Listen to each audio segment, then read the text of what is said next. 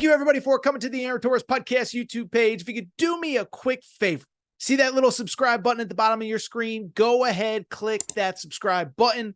Really does help our channel grow, our audience grow, and I really do appreciate it more than you know. So click that subscribe button. Appreciate your support. Now, here's the video that you came here for. On Monday, we did a transfer portal day one kind of news and notes segment, and the intention was to just leave it as beat. But two things. One, you guys and girls loved it. And two, Tuesday was off the chain in the transfer portal. And we're starting to get big names in. But two, beyond that, we're starting to get a feel for, okay, even these schools that are still playing in the tournament, we're kind of getting a feel for like, this school might be interested in that guy and keep an eye on this guy and blah, blah, blah, blah, blah, blah, blah, blah, blah. So what I want to do, a Tuesday night transfer portal update, and there is a lot to discuss, okay? So let's get to it. The first thing, biggest name in the portal so far, no doubt about it, Donovan Dent, guard, New Mexico, okay? If you listen to this show, listen, I'm not going to lie and say we talked a ton of New Mexico this year, but I watched this kid, 20 points, 6 assists per game, a little undersized, 6'2", 6'3", but I remember watching him, and I think I said it on the show. This kid could produce and play at any place in all of college basketball. Okay, this isn't, he's in the Mountain West and, how good is the comp? No. He is a phenomenal player. The fact that they kind of kept him this year and kept him out of the portal last year is kind of incredible and a testament to probably some of the stuff that they did behind the scenes. By the way, remember, New Mexico, of course, had him and JT Toppin on the same team 2 seasons ago, not this year, but last year. But this kid, 20 points, 6 rebounds, about a 41% three-point shooter. And when I tell you, I believe there's a chance that when we look back on the portal, that this could be the number 1 player that enters the entire spring, and he enters on day 2. I'm not lying. He could be the best player that enters the portal all spring. 6'3", like I said, he gets to all his spots. He's a great finisher at the rim. The only thing I will say about him is he is a guy kind of needs the ball in his hands. So if you're a team that has a point guard already, probably not going to pursue him. But what I will tell you is if you're a team that does not have a point guard, you are going to go after this guy hard. And what I will say is on top of it, you better have some money to spend because, you're going to have to spend a lot of money on this kid. It's funny, earlier on Tuesday, Kevin Willard was doing some random interview, and he said something to the effect of, guys are entering the portal and the starting price is $2 to $3 million. And what's going on? And listen, I don't really care. I do kind of find it funny. The coaches that are complaining the most are probably the ones that don't have the money to get the guys that they want. It sucks, but this is the reality of college basketball. But what I would say, and by the way, I was talking to somebody today, the best players are getting more than 2 to 3. So I'm just going to leave it there. But I bring it up because of the best players that are available, if 2 to 3 is the starting price, that's going to be a Donovan Dent starting price. But what I would also say is anybody who can afford it that needs a point guard, they're going to go all in on this kid, okay? And so I'm just going to speculate on a couple schools. I have no super inside information. And the one thing I will say, and I tell fans this all the time, don't fall in love with kids because they may enter the portal thinking they're going to go somewhere. They may take a visit thinking they're ready to commit, and then someone comes in with more money, someone comes in with a better opportunity, and things change fast. I saw, as far as Donovan Dent, by the way, a couple things. One, he's from SoCal originally, Corona Centennial High School. That has generally been a place that UCLA recruits pretty well. My only concern is I don't know if UCLA is going to have the money to get that kid. I don't think UCLA is a school that right now is spending top dollar on players. I think Mick Cronin actually did a good job of raising money last offseason. But I just bring it up because I had a lot of people hit me up. You think UCLA will get him? You think UCLA will get him? I don't think that they can afford him if he's going to go for the price that I think he is. Saw somebody mention Duke with him. I don't really see that one either. With Duke, one, they have Caden Boozer. That's Cam Boozer's twin brother. I don't think they're going to bench Caden Boozer. I think it'd be kind of, I don't say it's a bad look, but I don't think they're going to bench Caden Boozer. I think he is going to be starting in the backcourt next year. The other thing is Donovan Dent, Duke has been this year all about positional size and making sure they have guys that fit a certain body type. Donovan Dent isn't really that guy. But like I said, anybody that needs a point guard and has money to spend, they're going to go after this kid. And so he's from the West Coast. I don't think that limits him. We know Florida's going to need guards. BYU, I'm just throwing it out there. BYU, they want to put together a championship team around AJ DeBonsa. I'm just throwing it out there. The point I'm trying to make, every school in America that needs a guard is going to go after him. I can't even begin to imagine the type of teams that are going to be involved. But again, if your team needs a point guard and they have money to spend, I guarantee you they're going to be in the mix for Donovan Dent. Let's keep it going. This is an interesting one. In some ways, I think it's a little bit sad, actually. Elliot Cadeau, point guard, North Carolina, started 68 games over the last 2 years. Long story short on him, former five-star, reclassified into, I believe, the class of 23, ends up going to North Carolina early, plays there last year on the ACC championship team, and then, of course, played this year as the starting point guard at North Carolina. Overall, good guard, about 6'1". You can see there 9.5 points per game, 6 assists, which was second in the ACC, 1 steal. The three-point shooting got better this year at 34%. Why I say this was sad, I saw this, is that after North Carolina lost to Ole Miss in the NCAA tournament, he was actually asked not about coming back to North Carolina. He was asked, do you want to come back to North Carolina? And he kind of gave a, yeah. And the insinuation was, and he kind of even said it, he's like, you know how stuff goes once the season ends. I think the insinuation was, I'm not positive that he is being asked back to North Carolina. I don't know that, but based on his own comments, it did seem like it might not be totally up to him. Listen, I think he's a really good player. He's just small. And, he's just, and I think with your North Carolina, 1, you have the GM in place. 2, Hubert Davis is going to a make or break season. And 3, you just played Duke, the biggest team in the country, 6'5", 6'8", 6'9", 6'10", 7'2". They're the biggest country. They're the biggest team in the country across the board.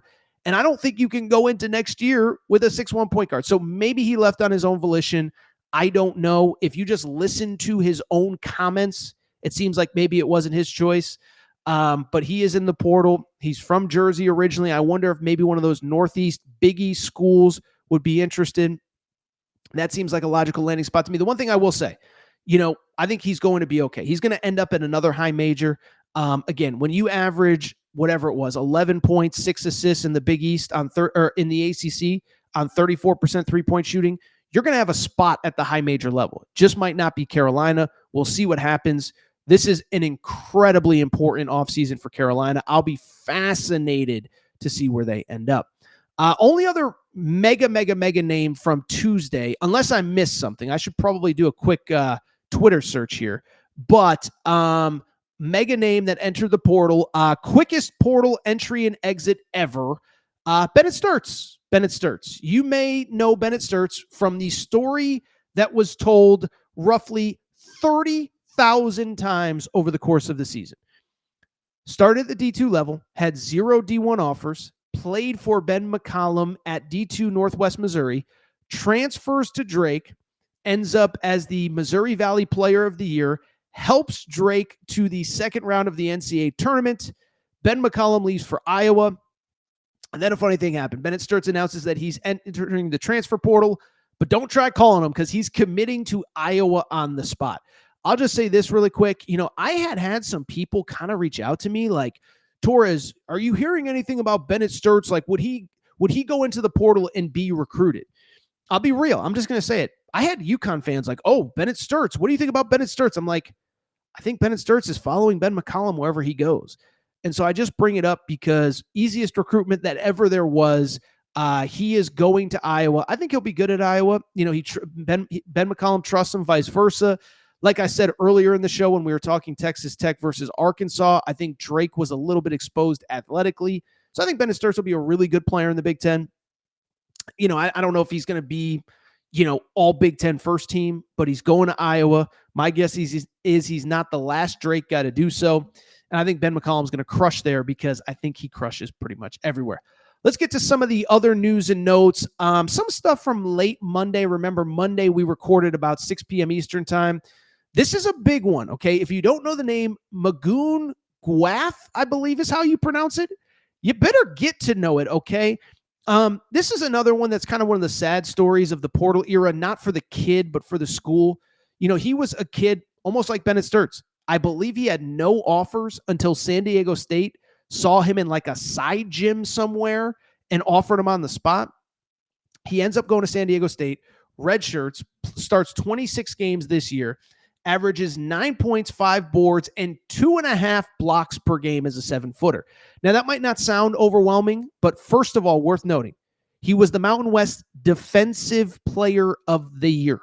He was the Mountain West Freshman of the Year, and he's still very much a developmental prospect. So when you average 9, 5, and 3, and you shoot 38% as a 7-footer, yeah, you are what they call a crazy high upside kid. And so for me, this is a kid. I think he's going to name the school, Big 12, SEC. And the good thing that I will say, I did some, not homework, but I think Mark Ziegler, who does a great job covering San Diego State, did a great feature on him. Mark Ziegler, by the way, is like an A++ journalist. But I think the kid comes from a little bit of a tough background. I believe the parents are like Uber drivers. This is all public. I'm not sharing anything that's not available. So it stinks for San Diego State, but this could be life-changing money for this kid. So I'm happy for the kid. I'm happy that he's going to be able to help his family. And I'm here to tell you, name the school. They're going to 7-footer, 9, 5, and 3 as a true freshman, as a redshirt freshman, 3 years of eligibility left.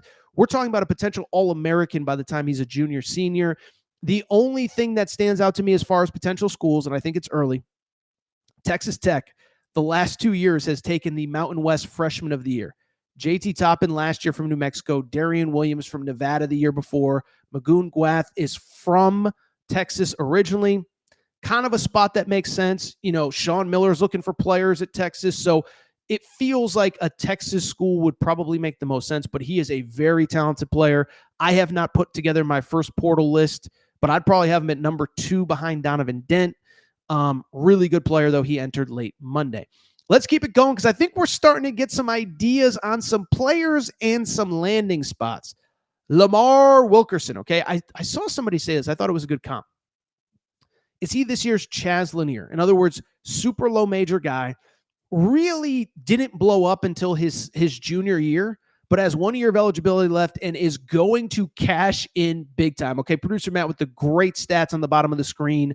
20 or more points in 9 games in league play.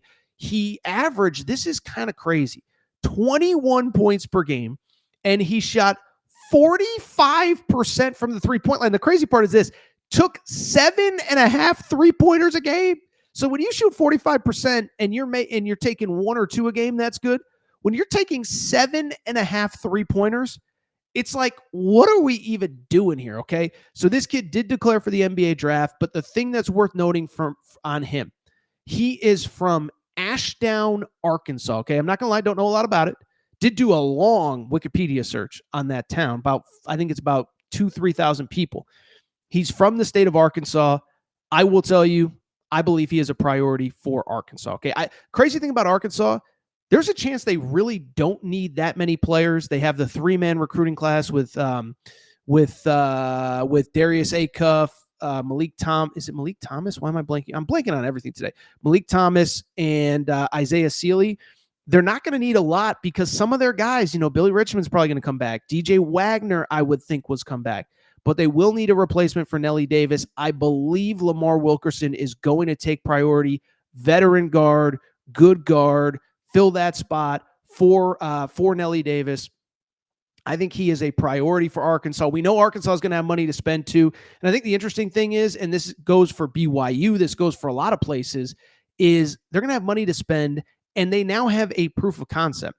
Like, it's one thing to try to raise money for NIL after you go 10-20, but Arkansas, BYU, all these schools that already had money, now they're winning.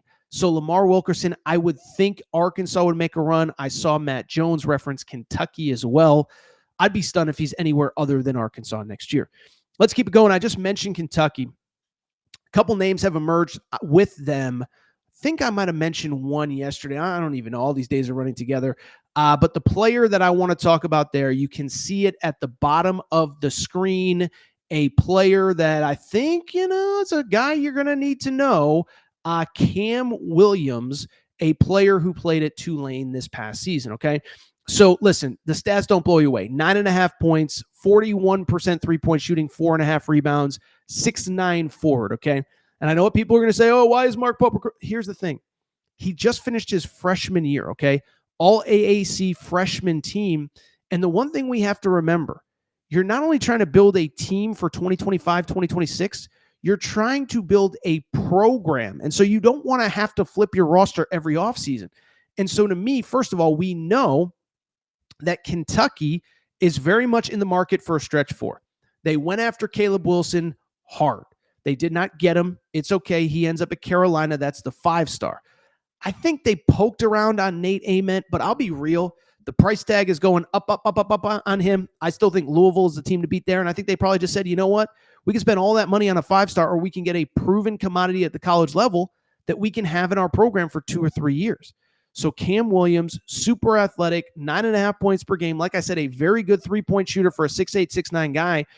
I can see why this was prioritized. By the way, good job by my buddy David Sisk of Rivals.com. Cats Illustrated, I believe, is the website. David Sisk is the freaking man. Make sure you're following him. But he was the first one on this, showing interest. And I think we're going to see a lot of that 6'8", 6'9"-ish type player for Kentucky. They're going to need a stretch four. Also, forgot to send this to you, producer Matt, so I'll just say the name really quick. Elijah Freeman, a D2 star at Lincoln Memorial, was a guy that they actually have already reached out to. So to me, again, scoring on the wing, big forward, 6'8", 6'9". Elijah Freeman is another name to know there. D2 from Lincoln Memorial. And then I saw this one, a little bit surprised by this, but let's talk about him really quick. Alvaro Fargois. Okay, I'm so sorry if I tripped over the name, but this was the Horizon League Player of the Year. A player that, listen, I think it makes a lot of sense in terms of why Kentucky would prioritize this kid. Kentucky, first of all, this was Matt Jones who had this report, but 6'9", 6'10", he's more to me of a low post guy than a kid like Cam Williams, but 6'9", 6'10", shoots the 3-ball well. 6'9", 6'10", said it 3 times. That's the last time I'll say it, I promise. Originally from Spain, 14 points, 9 boards per game. And it makes sense to me for this reason, is that with Amari Williams moving on, Brandon Garrison probably moves into the front court. So now you need another body in the front court as a backup to Brandon Garrison.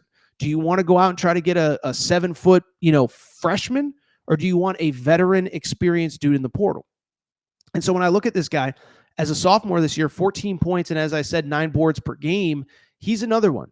I don't think he's going to be in the top 10 of anybody's portal list, but if you already have a starting center, you don't need a 22-10 a night guy.